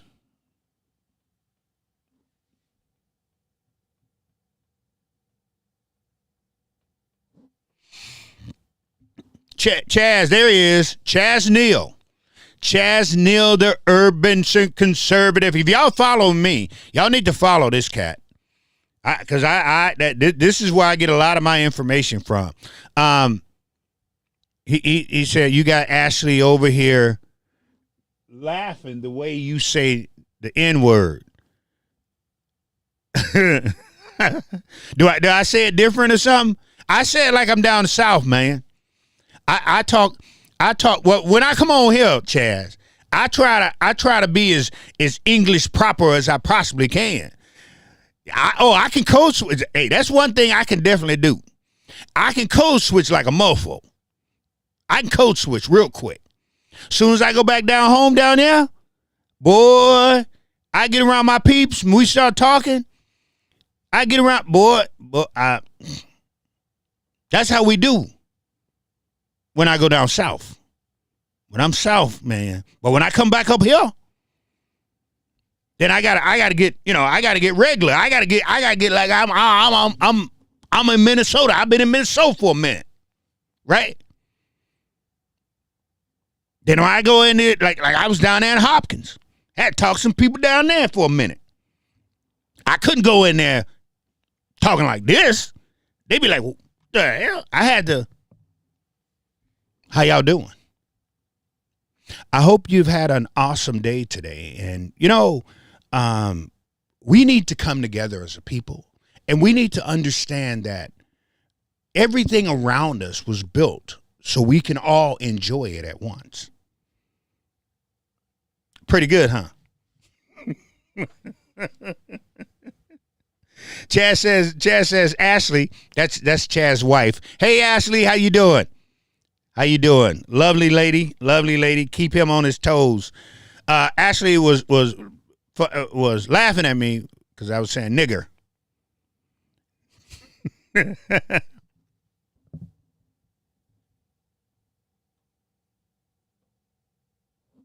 Oh, you on YouTube? Appreciate you. Hey, you got to teach me how to boost my YouTube thing too.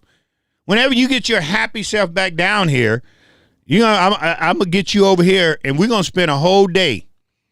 We're gonna spend a whole day trying to get me to figure, so I can at least do something cooler with this thing that I'm doing now. I want to be able to do like you do, put the videos up, because we got the same streaming platform, right? So I just don't have. Like I said, I don't have time to come down here and sit and act a fool with this thing, because this thing could do more than what it can do for what I'm paying for this thing for, and I'm only using it at that little bitty bit. But I'm a do that, Chaz. Whenever you get down here. Hey, speaking of which, got to figure out when the next time you coming down, because I'm supposed to be having lunch, the one that you missed with David, Professor Penn. I'm supposed to be meeting with him in December. I think it was December 3rd. Hold on. I think it's December 3rd. We were supposed to be sitting down and I can tell you in a second here.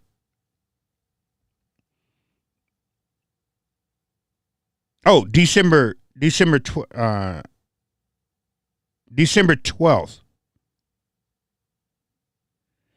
Yeah, it'd be December 12th. We're supposed to be sitting down, Chaz. So I don't know if you want to try to get down here for that or not. It's going to be him. I think, Robert. dude Robert Ryan to be hitting us up every now and then, and I'm trying to think. Phil Parrish. I think Phil Parrish is supposed to be there also. So I think we're supposed to be sitting down and talking about some things with Phil Parrish. So just going to hit you up on that, let you know what was going on with that situation, just in case you want to get down here and hang out during that. But anyway, people, I got to get off this thing. I'm way over. Where am I at? Holy smoke, 47 minutes. You know I'm not blaming myself for that. I'm blaming Ashley. Because Ashley decided to make fun of the way that I say nigga. And I say that word. Which, look, I'm one of those people that look at it this way. I don't care. I don't care who says it. The first time, like I told you, the first time I was ever called the word, I didn't even know what it was. E.E. Jeter High School in Shelby County, Tennessee. E.E. Jeter Middle School. I'm sorry. Elementary in Shelby County, Tennessee. We had this big merry-go-round, and this white boy says, "All the niggers get off and push." I had no clue what it was because we never said it in my house, and my grandparents never said it, so I didn't even know what it was. All of a sudden, all the black kids start getting off of the because back then we were called Negroes.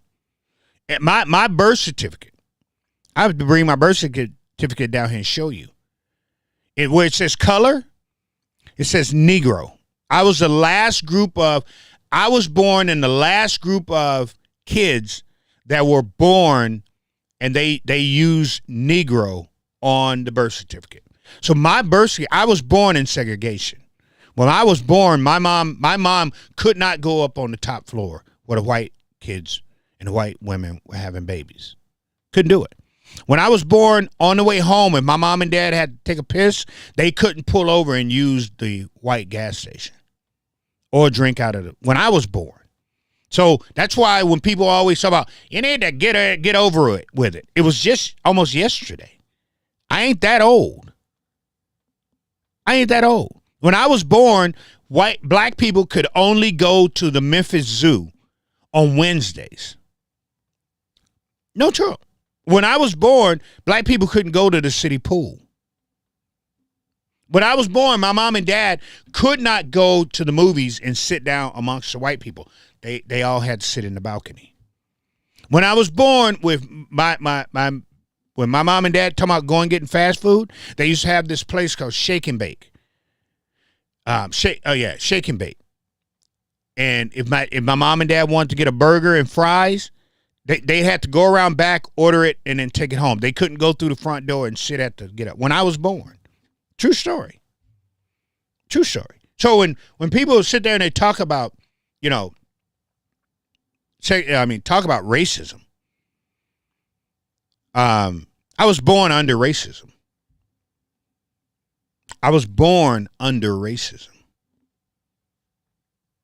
So, and some of the things that I see, that's why I say I'm from the South. And then down South, racism is right in your face, literally. Racism is so in your face in the South. Black people are like, we know it. We just keep walking. You just keep walking by. You know not to go down this street. You know not to go here. You know not to go here. You know not to do this. You know not to act a fool. You know not. Racism is right in your face. It's always been that way. Except when you come to Minnesota, they hide it behind this Minnesota nice, which is bull. Y'all know it. You hung black men up in Duluth. Redlining was right here in Minnesota. They still got covenants out there where you can't sell a house right here in Minnesota. You can't sell a house to a black person right here in Minnesota. Correct? But Minnesota like to hide their racism. That's why I know people have said something to me about this, and I'm cool with it. That's why I like Nick Fuentes. I know everybody. Oh my God, Rev, blow your hair back, right? I could never see you or hear you saying that. But you know what I like about him? He's straight up front. Nick said, "I'm a racist." Nick has said, "Look, if white people just come out of the closet, just like James Wood. I'm trying to get what the actor James Wood. He's a racist. No, he's a great racist. I know racists when I see him. I know him. So I'm trying to get him to come out, to finally go, I'm a racist. I can deal with you then. That's why black people and white people down south get along. Because white people say, hey, I'm racist. And black people go, cool, I know who you are. That's why we get along so well. That's why we have problems up here in Minnesota. That's why you see black kids and white kids fighting and beating on each other. Just come out and say it. It's easier. It's easier to deal with people. Just like John Justice. Y'all know who John Justice is. You know exactly who he is. If he wasn't on that radio show, I would try to get him to come out. But he's a racist. He's a flat racist. He's a flat racist. Period. Point blank. He needs to come out. But he's in Minnesota, and he's got this Minnesota nice thing. He has to do the Minnesota nice thing. But he's a straight racist. Period. Point blank. Period. Point blank. So if a lot of other white people, and that's the problem. That's why racism sticks around. Because we know you racist. We know that. But you don't want to come out, and you don't want to be called racist. But yet you have these big accounts, and they spend their whole time hating black people, and you go follow them because they say the things you want them to say. You've got the Candace Owens. You've got the Brandons, the Officer Brandon Tatums. You got the Antonio Daniels. That's a new one. I just found that joke. Who talks back. You got this Andre Williams stupid kid. You got your C.J. Pearson. All of those people, what do they do? What do they have in common? Y'all know what they have in common. Come on. You know what they have in common. They talk bad about black people. And y'all follow them like you would not believe. You do. Yes, you do. White people European Americans made Candace Owens rich. Yes, you did. Charlie Kirk told her what to say, when to say it, how to say it. He put her out on the stump. And you know how I can say this about that? I can show you the picture. I got a picture of me with Candace Owens. I was in the very room when Candace Owens was standing up on that stage saying the things she was saying about black people. And white people was sitting there with drool, literally drool rolling down they because of what she was saying. When that stuff was over with, it was $25 to take a picture with this girl. I've never seen a line the line that was waiting for her to take a picture for $25 was longer than the donut line. They got this donut at the fair, right? And y'all, I'm sure some of y'all know what I'm talking about. But I guess this is German donut that is like crazy good. The line stretches blocks and blocks and blocks. That line to pay $25 to meet this girl was wrapped around this building over and over and over and over again. And if she's going into arenas, if she's going into auditoriums, if she's going into places that I got to see her in, and y'all are paying her $25 just to shake her hand, just to say hello to her. Y'all are crazy. You have lost your damn mind. Y'all made this girl rich. And now y'all want to call her crazy. After she's done doing what y'all asked her to do, is to make you feel good by talking about black people. And now she crazy? Now she's crazy. She wasn't crazy when she was saying the things about Ahmaud Arbery. She wasn't crazy. She wasn't crazy when she said the thing about George Floyd. She wasn't crazy. She wasn't crazy when she said the things about what's the little boy? Tamir Rice. She went crazy then. But all of a sudden she started talking about Jews and a few white people. And now she crazy. Y'all lost y'all mind. So I'm just saying, if you're racist, just be racist. Just be who you are. Be who you are. Don't use black people. But the reason I like Nick Fuentes is Nick said they are all tokens. You're Jason Whitlocks. Did he not say that? Jason, you're Sage Steele. That one is just getting worse and worse and worse. But Nick Fuentes says, all these tokens can go bye-bye now. Because Nick says what white people want to say. These new Republicans that are coming up, these young Republicans who put out those emails, they are saying what these black people are saying. So Nick is basically saying, these Negroes can go bye-bye because we're going to do what we've been paying these Negroes to do. I like Nick. That Nick is what I'm talking about. If Nick can take these Coon Sambo tokens and throw them to the curve, Nick is my favorite dude. That's why I don't like him because of what he says. I don't like him because he says the word nigger. I don't like him because of the way he talks about black people. I don't like him because of the way he talks about Jewish people and women. That's not what I like him for. I like him because he said he's going to rid the Republican Party of the tokens. Of the tokens. That's what he said. And I was like, I like you. No, I like you.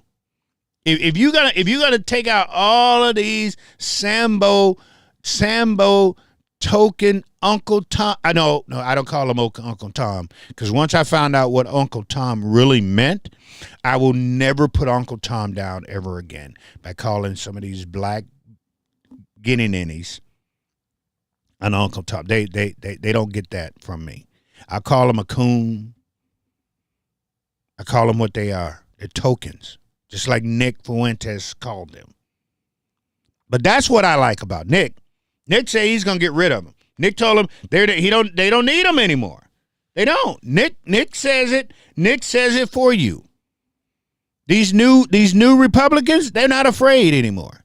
These new Republicans go, call me a racist if you want. That's what I am. That's what I aspire to be.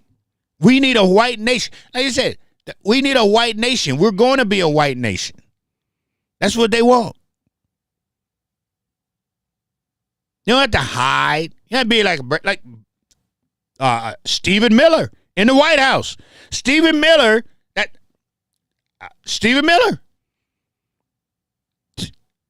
Period. Y'all know Stephen Miller is a racist to the core. You know that. You know it. And y'all say he's okay. He can hang out with the president of the United States. That's just like the president playing Birth of a Nation. When the president played the Birth of a Nation in the White House, that's the same what's going on right now. It was just no difference. There's no difference. There's no difference. That's just like with Stephen Miller in that White House. Y'all know it. You know it. You know it. You know it. You know I'm right. You know I'm right.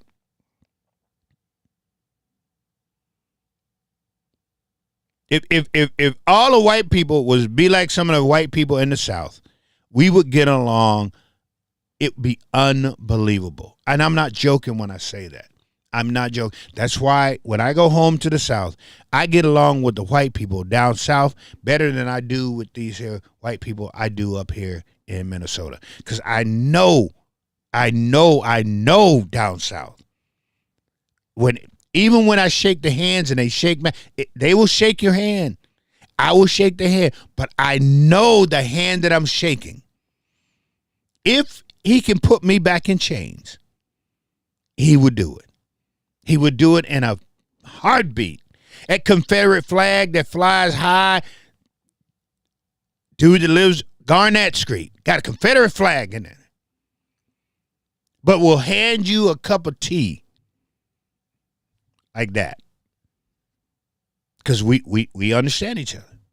See, up in Minnesota, they got the American flag and the Minnesota flag out front, and you don't know what they done put in the tea when they hand it to you. See, that's the difference. You understand what I'm saying? So if you know, people in Minnesota, like I said, John Justice should just come out. He honestly should. He should just come out. If he came out, he'd probably get a bigger following than he does now. If he came out. There's a couple of other ones that actually should come out. But John Justice, he should come out. And James Wood, like I said, I comment on a lot of stuff James Woods is doing now. Because I'm slowly but surely, I'm going to get him to come out. James Woods is finally going to go, I'm a racist. And we're going to go, finally. So like that, what's the cartoon? The dude did do it, Dilbert. Right? He was forced to come out. They forced him to come out. But he finally has shown his true colors. I follow him. He follow me. I like him. He came out. So if these racists would just come out, I'm just telling you, it would be better. Go down. If you ain't from the South, go down south and see what I'm talking about. Go down south and see what I'm talking about. No, seriously, go down south. But y'all need to just come out. It's gonna be all right. Promise you. I gotta go.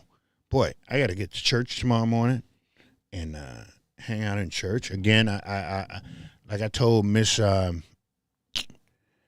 Pastor Fields. I actually preached at Emmanuel Tabernacle last Sunday, so she let me preach at it.